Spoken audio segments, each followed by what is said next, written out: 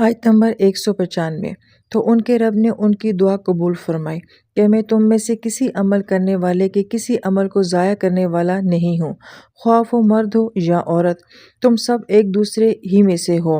سو جنہوں نے ہجرت کی اور جو اپنے گھروں سے نکال دیے گئے، اور جنہیں میری راہ میں ایذائیں پہنچائی گی، اور جنہوں نے میری راہ میں جنگ کی اور جانیں بھی دیں، میں لازماً ان سے ان کی برائیوں کو دور کر دوں گا اور لازماً داخل کروں گا انہیں ان باغات میں جن کے نیچے نہریں بہتی ہیں۔ یہ اللہ کے پاس بدلہ ہوگا اور بہترین بدلہ تو اللہ ہی کے پاس ہے۔ اس آیت مبارکہ کا آغاز جو ہے فاستجابہ سے ہوا ہے، یعنی کہ ابتدا میں فا آ رہا ہے، اور فا عربی زبان میں مفاجات کے لیے آتا ہے،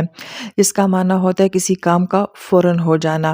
اور عموماً ہم یہ دیکھتے ہیں کہ دعاؤں کے بعد جب ان کی قبولیت کا تذکرہ کیا جاتا ہے تو فا کے ساتھ بات کا آغاز کیا جاتا ہے، لہٰذا پیچھے 5 مرتبہ ربنا کہہ کے جو بھی ایمان والوں نے اللہ تعالیٰ سے دعائیں کی ہیں، اب یہاں پہ اس دعا کا ریئیکشن بیان کیا جا رہا ہے فا کے ذریعے، کہ فوراً اللہ تعالیٰ جو ہیں ایسی دعا مانگنے والوں کی دعاؤں کو ضرور قبول فرمائیں گے۔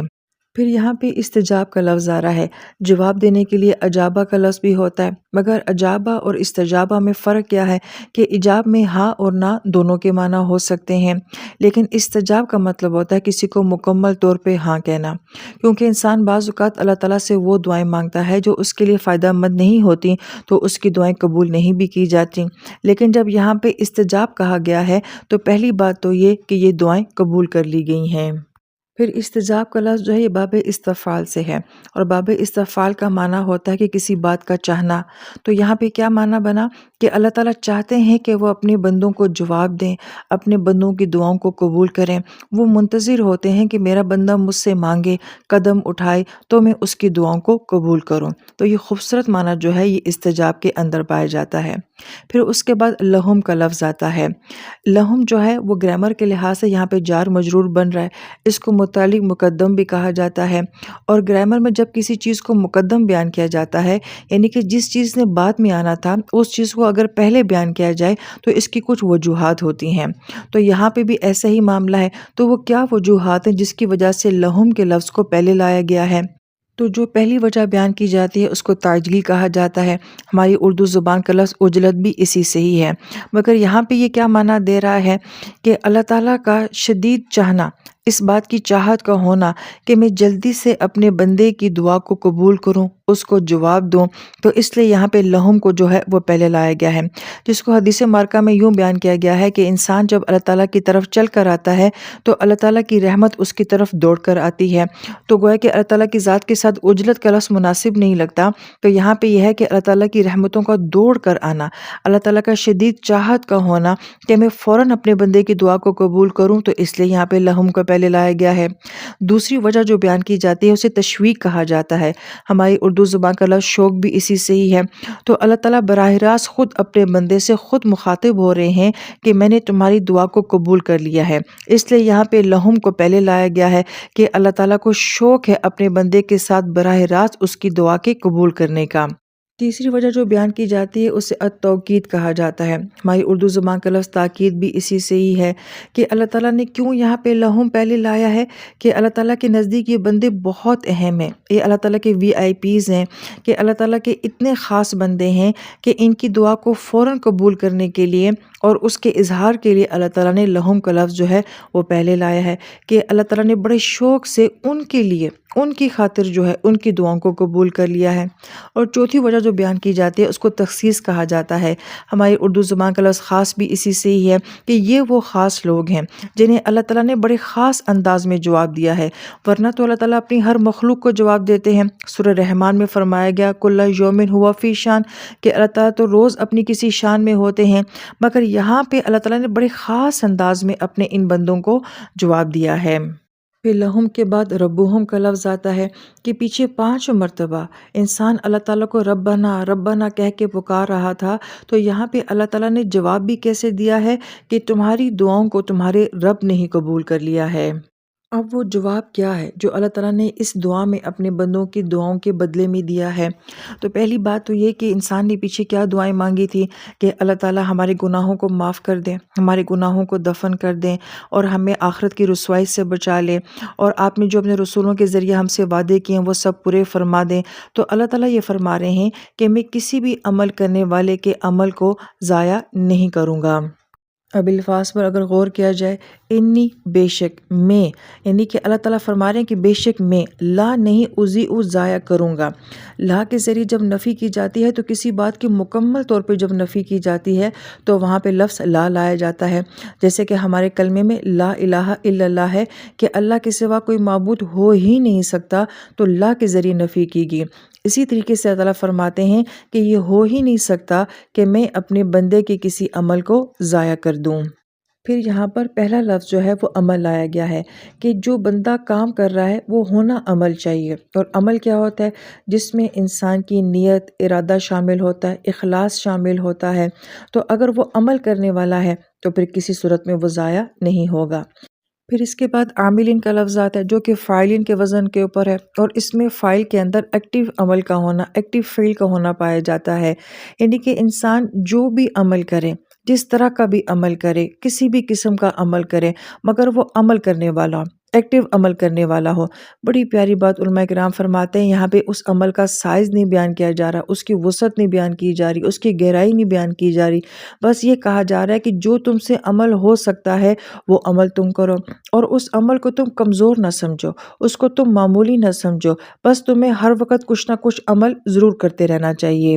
لہٰذا کسی کا تہجد کی نماز قضا نہ کرنا یہ بھی عمل ہے، اور کسی کا آج سے ہی نماز کا آغاز کرنا یہ بھی عمل ہے، کسی کا اللہ تعالیٰ کی خاطر شہادت قبول کرنا یہ بھی عمل ہے، اور کسی کا اللہ تعالیٰ کی خاطر آج سے جینا یہ بھی ایک عمل ہے۔ تو عمل عمل ہے، جو عمل کر رہا ہے اللہ تعالیٰ کسی کا عمل ضائع نہیں کریں گے۔ پھر اس آیت مبارکہ کی بہت ہی خوبصورت بات یہ ہے کہ یہاں پہ مرد اور عورت کا ذکر کیا گیا ہے کہ مردوں کے بھی عمل قبول ہیں، عورتوں کے بھی عمل قبول ہیں، کیونکہ ایک عام رویہ جو ہمارے معاشرے میں پایا جاتا ہے وہ یہ کہ عورتوں کو ناقصات العقل بھی سمجھا جاتا ہے، یا ان کو مردوں سے کم سر سمجھا جاتا ہے۔ تو یہ آیت یہ کہہ رہی ہے کہ مرد اور عورت ساخت میں مختلف ہیں، ذمہ داریوں میں مختلف ہیں، مگر مقام میں، مرتبے میں، روحانیت میں، معرفت میں، غور و فکر میں، لب والا ہونے میں، اللہ تعالیٰ کی یاد میں، یہ دونوں بالکل برابر ہیں۔ مردوں اور عورتوں کی کوئی علیحدہ علیحدہ جنت تو نہیں ہے، دونوں کو ایک ہی جنت میں رکھا جائے گا۔ تو اس کا مطلب ہے کہ دونوں ایک ہی معیار رکھتے ہیں، اس وجہ سے دونوں کی جنت بھی ایک ہی ہے۔ البتہ یہ ضرور کہا جا سکتا ہے کہ مرد اور عورت کے لیے مختلف معاشروں میں مختلف طرح کے حالات ہوتے ہیں، تو گویا کہ ان کے کام کرنے کی نوعیت مختلف ہو سکتی ہے، مگر منزل دونوں کی ایک ہی ہے۔ جب اس رکوع کو دیکھا جاتا ہے تو کیا لب مرد اور عورتوں کا مختلف ہے؟ ذہنی معیار ایک جیسا ہوتا ہے؟ کیا اللہ تعالیٰ کی یاد میں وہ دونوں مختلف ہیں؟ یاد تو یاد ہوتی ہے اللہ تعالیٰ کی، وہ دونوں کو ایک جیسی ہو سکتی ہے۔ اسی طریقے سے کائنات میں غور و فکر کرنا تو مینٹل لیول دونوں کا ایک جیسا ہو سکتا ہے، فکر دونوں کی ایک جیسی ہو سکتی ہے، تو اس میں کوئی فرق نہیں ہے۔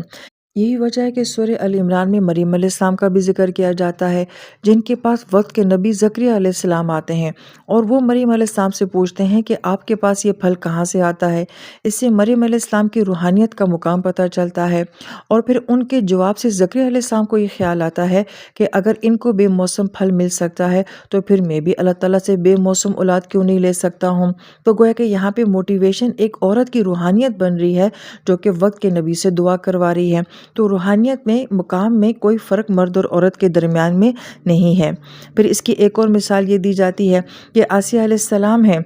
ان کا ایمان بہت کامل ہے، بہت خوبصورت ہے، مگر وہ محل میں پابند ہے، بند ہیں، وہ وہاں پہ کچھ کر نہیں پا رہی ہیں، مگر معیار کیا ہے کہ دنیا میں ہی اللہ تعالیٰ ان کو ان کی جنت دکھا رہے ہیں، اور نبی علیہ السلام کے ساتھ جنت میں ان کا نکاح کر دینا، اور وہ اپنی دعا میں یہ کہتی ہیں کہ اللہ تعالیٰ مجھے آپ کے پاس گھر چاہیے، یعنی کہ آپ کے قرب میں گھر چاہیے۔ تو روحانیت کا کیا معیار ہے جو کہ آسیہ علیہ السلام کا بیان کیا جاتا ہے۔ اس کی ایک اور مثال ابو بکر رضی اللہ تعالیٰ عنہ اور حضرت خدیجہ رضی اللہ تعالیٰ عنہا بھی ہیں۔ دونوں کا اگر موازنہ کیا جائے تو ابو بکر رضی اللہ عنہ کو بھی صدیق کہا گیا، حضرت خدیجہ رضی اللہ عنہ کو بھی صدیقہ کہا گیا۔ اگر ابو بکر صدیق کو صدیق اکبر کہا گیا تو حضرت خدیجہ کو خدیجۃ الکبریٰ رضی اللہ تعالیٰ عنہا کہا گیا۔ دونوں کا مقام دیکھا جائے تو ایک جیسے ٹائٹل جو ہیں وہ دونوں ہستیوں کو مل رہے ہیں، اور دونوں نے بڑے اعلیٰ طریقے سے نبی علیہ السلام کی ذات علی کو سپورٹ کیا۔ پھر آیت مبارکہ میں آتا ہے کہ جن لوگوں نے اللہ تعالیٰ کی خاطر ہجرت کی، اب یہاں پہ ان کی قربانیوں کو سراہا جا رہا ہے۔ یہ ہجرت کرنا صحابہ کرام کے لیے نہ چوائس تھی، نہ یہ ان کی چاہت تھی، بلکہ یہ ان کی مجبوری تھی کہ انہیں اپنی جان بچانے کے لیے ہجرت کرنی پڑ رہی تھی۔ مگر غور طلب بات یہ ہے کہ جو کام انسان اللہ تعالیٰ کی خاطر کسی مجبوری کی وجہ سے بھی کرتا ہے، اس عمل میں بھی انسان کو اجر دیا جاتا ہے۔ اور یہ ہجرت کرنا آسان نہیں ہوتا۔ اپنا ملک، اپنا محلہ، اپنا شہر، اپنا گھر، اپنی وراثت، اپنے رشتے، اپنا سب کو چھوڑ کے کسی جگہ سے چلے جانا۔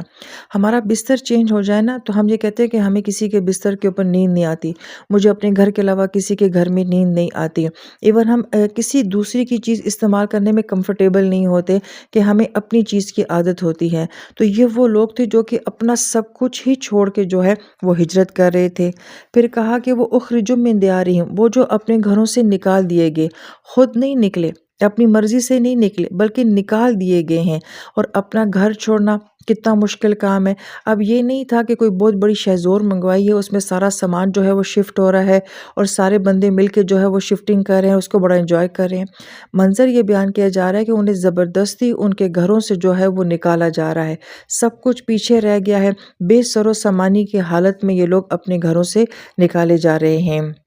پھر ہجرت کے بعد اپنے گھروں سے نکالے جانے کے بعد اذیت کا سلسلہ ختم نہیں ہوتا، انہیں اللہ کے راستے میں اذیت ملتی رہی، جیسے کہ صلح حدیبیہ کے موقع پہ ایسا سفر کے پاؤں لہو لہان ہے، مشکل راستہ ہے، گرمی ہے، دور کا سفر ہے، جانور ساتھ ہیں، احرام باندھے ہوئے ہیں، مگر کوئی آپ کو عمرہ کرنے نہیں دے رہا ہے۔